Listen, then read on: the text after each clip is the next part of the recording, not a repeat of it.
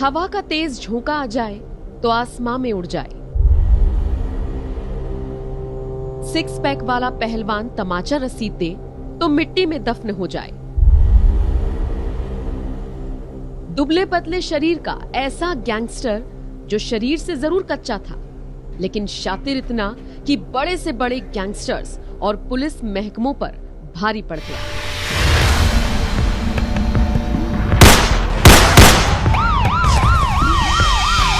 खूंखार इतना कि छोटा शकील को भी उससे बात करने की जरूरत पड़ गई। सिर्फ 15 साल की उम्र में उसने पहला मर्डर करके पूरे हरियाणा को हिला डाला।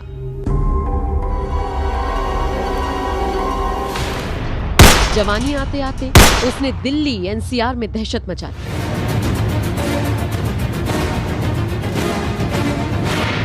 कभी लूट, कभी फिरौती, कभी धमकी तो कभी गोली कांड। हर जुर्म वो बेधड़क बेखौफ होकर अंजाम देता।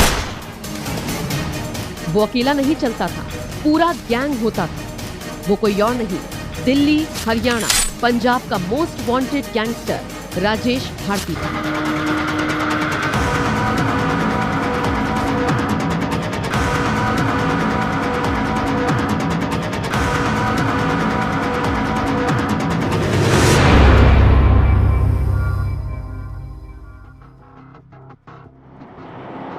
वही राजेश भारती जिसे दिल्ली पुलिस की स्पेशल सेल ने छतरपुर इलाके में जाल बिछाकर ढेर कर दिया।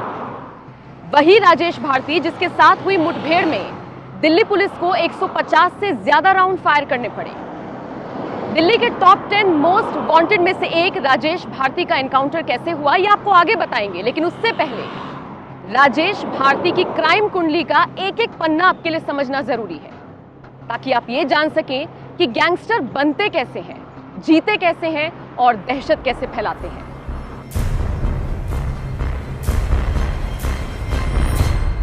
राजेश कंडेला उर्फ राजेश भारती हरियाणा के जींद का रहने वाला था। 15 साल की उम्र तक वो होनहार लड़कों की श्रेणी में शुमार किया जाता रहा। इम्तिहान में हमेशा अव्वल आता था।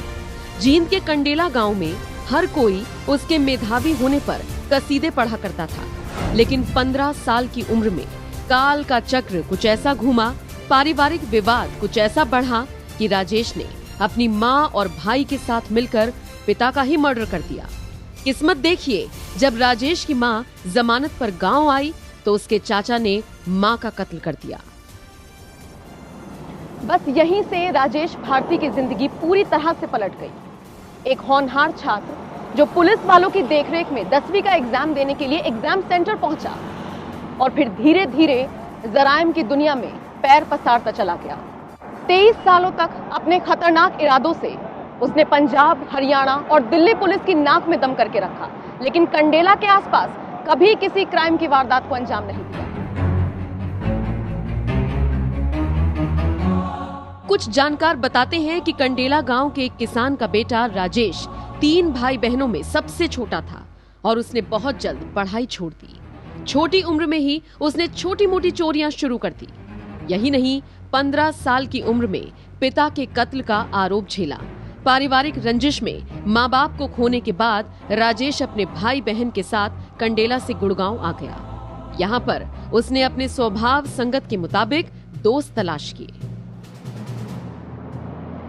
वहीं कुछ लोग बताते हैं कि राजेश भारती एक बार झारखंड गया था। वहां से उसने माओवादियों से हथियार चलाने सीखे और उसके बाद जब वो गुड़गांव लौटा तो एनसीआर में मर्डर, वसूली और कार लूटने की घटनाएं तेजी से बढ़ गई। बताया जाता है कि उस वक्त बड़ी बड़ी गाड़ियों को लूटने में राजेश भारती का गैंग नंबर 1 पर पहुंच गया था। हाईवे के आसपास की गाड़ियों को रोककर राजेश का गैंग लूटपाट करता था।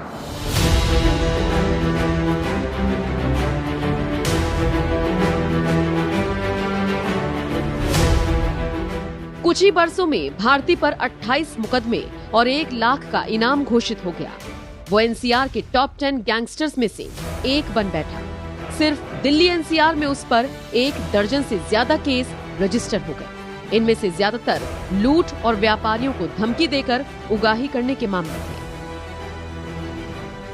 क्राइम की दुनिया में अपना सिक्का जमाने के बाद राजेश भारती ने अपना खुद का एक गैंग बनाया और इस गैंग का नाम रखा क्रांति। खुद राजेश भारती और उसके गुर्गे इसी नाम को लेकर बड़े बड़े बिजनेसमैन से फिरौतियां मांगा करते थे। ऐसे कई ऑडियो टेप वायरल हो चुके हैं और इन्हीं में से एक ऑडियो टेप है ये, जिसमें वो 50 लाख की फिरौती मांग रहा है। हेलो, हाँ भाई, कौन है? कौन है? राजेश कंडेला बोल रहा हूँ मैं। अच्छा, हाँ, कौन बोल रहा है तुम? बता कौन चाहिए था? इस दुकान का जो ओनर है वो चाहिए, सतीश टायर का ओनर। अच्छा, हाँ ठीक है। किस देना हूँ पैसे? पैसे पैसे हम अपने आप बता देंगे, है ना। तू ये ढूंढ, मीडिएटर ढूंढना भी तेरा काम है। तो पैसे देगा तो बचेगा, ना तो तैयारी कर लिए। तो तेरे तो बहुत कम मांग गया हमने। अच्छा अच्छा, कितने? 50 देने हैं, 50। ठीक है। क्या दिन का टाइम दे?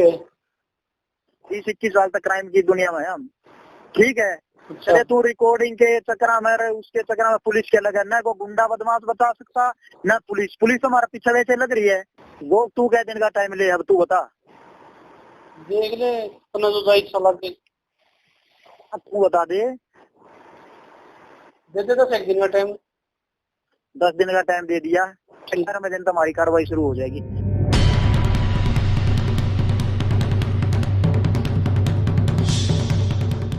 राजेश भारती उर्फ राजेश कंडेला की बेखौफी का ये सिर्फ एक नमूना भर है। ऐसे ही खुलेआम बेपरवाह होकर वो दिल्ली एनसीआर के व्यापारियों को धमकी देता रहा और आए दिन उसके ऑडियो टेप वायरल होने लगे। कुछ ने डर के मारे भारती और उसके गैंग को पैसा पहुंचा दिया, तो कुछ ने रिकॉर्डिंग पुलिस तक पहुंचाई। एक ऐसी ही रिकॉर्डिंग सुनिए जिसमें राजेश भारती खुद फोन पर एक खोखा मांग रहा है। हेलो। हाँ जी। हाँ जी, अजय जी बोल रहे हैं? हाँ जी। अजय बुगल साहब? नहीं भैया, अजय बोल रहा हूँ। आप कौन? मैं बोल रहा हूँ राजेश भारती, सुना नाम? नहीं। हाँ, तो पहले तो ये बात है भाई कि पूरी बात सुनना, फोन मत काटना, ठीक है? अच्छा। क्योंकि ये तेरे फायदे की बात है। अच्छा। नाम नहीं सुना है ना, तो ये जो बुक्की है, भूषण है, मुंशी है, जानता है ना उनको? कौन है? भूषण है, मुंशी है, बुक्की रहे, ये दिल्ली वाले बुक चलाते हैं जो तेरे वाला काम। मैं नहीं जानता भैया। नहीं जानता ना? तो पता कर लिया, हमारा पता चल जाओगा। हम है जेल से भागे हुए सारे मोस्ट वांटेड, और रंगदारी के लिए तेरे पास फोन किया है, एक खोखा चाहिए। अच्छा, मैं तो काम छोड़े हुए कितना टाइम हो गया, ये नहीं पता आपको? जब इतना ज्यादा बात पता है, ये नहीं पता काम छोड़े हुए कितना टाइम हो गया? काम छोड़ रहा टाइम हो गया, फिर भी हमने पैसे चाहिए। हमारा क्रांति गैंग के नाम से ना गूगल पर सर्च करेगा, मिल भी जाओगा। राजेश कंडेला भारती के नाम से भी मिलेगा, और भी मिल जाओगा, क्रांति गैंग के नाम से भी मिलेगा।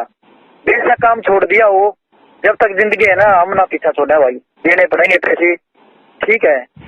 और कहीं पता कर लिया, जिसके पास कॉल करिए आज तक किसी ने मना करने की हिम्मत नहीं करी। अगर कोई कर देगा तो मरेगा, इंडिया में भी, और इंडिया से बाहर जाओगा तो वहाँ भी मरवा देंगे। एक खोखा ठीक है? मेरे पास तू ही पहला पत्र ऐसा मिला जो कह रहा है कि नहीं जानता। कुल मिला भूषण में तेरी शुरू में कि भाई नहीं जानता, तो उसका ऐसा प्रैक्टिकल दिखाया, वो तो जिंदगी भर भूल नहीं सकता, वो लाइन पे भी आ गया है। मैं कह रहा हूँ एक खोखा तो मेरे पास टोटल भी नहीं है, कुल मिला के आज तक मैंने जिंदगी में कमाया भी नहीं होगा। हमारे पास तेरी पूरी जन्म कुंडली है, ठीक है? जब हम मांग रहे हैं, नहीं हमने और किसी को नहीं मांगा, और किसी को नहीं बोला। नहीं, अगर तुम्हारे पास जन्म कुंडली मेरी है, गलत है, किसी और बंदे को तुमने नंबर मिला लिया, गलत नंबर मिला लिया। मेरा पास इतना तो पैसे मैंने कभी देखे नहीं जिंदगी में आज तक। कोई ना, हम दिखा देंगे। फिर तो दोस्त पैसे देने पड़ेंगे। अब सुन, सोर्स भी तेरे को ढूंढना है, सोर्स तू ही ढूंढेगा कि किसको पैसे देने हैं, ये काम तेरा ही है। और ना तो तेरी पूरी फील्डिंग हमारे पास है, इतनी गोली मारेंगे बात समझ में नहीं आएगी। पुलिस के सूत्र बताते हैं कि क्रांति गैंग से लोग इतने दहशत में आ गए थे कि बिना किसी टेंशन के फिरौती देने लगे थे, और जो नहीं देता था उस पर फायरिंग हो जाती थी। राजेश और उसके राइट हैंड संजीत बिंद्रो ने 6 फरवरी को रोहतक के गांव में स्कूल संचालक से 2 करोड़ की फिरौती मांगी, और नहीं देने पर 20 हथियारबंद बदमाश स्कूल में घुस गए थे।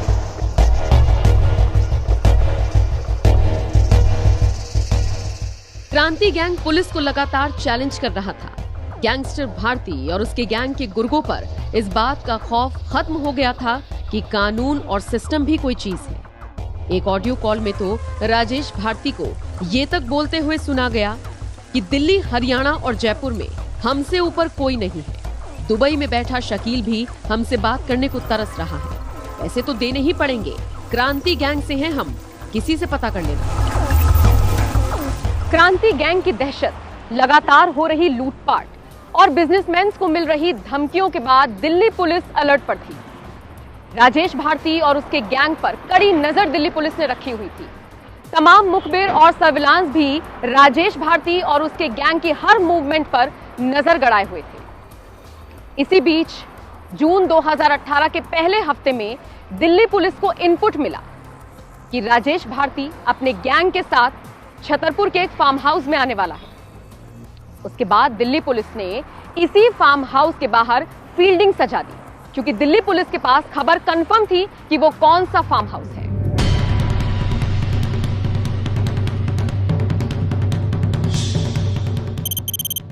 तारीख 9 जून 2018, दिल्ली के छतरपुर में शनिवार की दोपहर दिल्ली पुलिस ने क्रांति गैंग के सरगना राजेश भारती, संजीत बिद्रो सहित उसके 4 साथियों को फार्म हाउस के बाहर कार में घेर लिया। पुलिस ने सरेंडर करने के लिए कहा, लेकिन क्रांति गैंग पर कोई असर नहीं हुआ। उल्टा उन्होंने फायरिंग शुरू कर दी। मजबूरन दिल्ली पुलिस ने ताबड़तोड़ गोलियां दागी। 5 मिनट के अंदर करीब 150 राउंड फायर हुए और कुछ ही देर में पुलिस ने भारती, बिद्रो समेत उसके 4 साथियों को ढेर कर दिया। इस एनकाउंटर में कितनी गोलियां चली, ये इन गैंगस्टर्स की एंडेवर और I-20 कार की हालत देखकर ही समझा जा सकता है।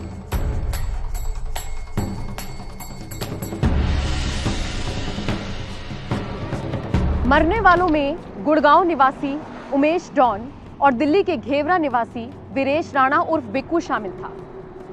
एनकाउंटर के बाद जब दिल्ली पुलिस ने भारती की एंडेवर गाड़ी को खंगाला तो उसमें हरियाणा के MLA के नाम का स्टिकर बरामद हुआ।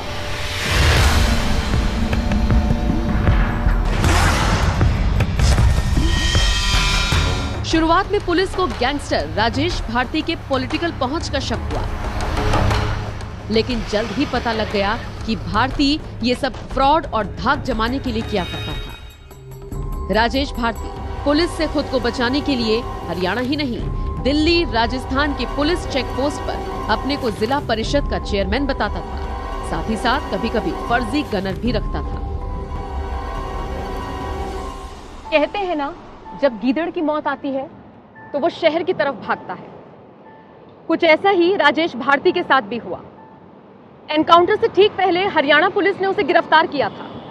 2018 में जब हरियाणा पुलिस उसे कोर्ट में पेशी के लिए लेकर जा रही थी, वो पुलिस की कस्टडी से फरार हो गया और यहीं से शुरू हुआ उसके एनकाउंटर का काउंटडाउन। और अंत में वही हुआ जो एक गैंगस्टर का पुलिस की गोली से होता है।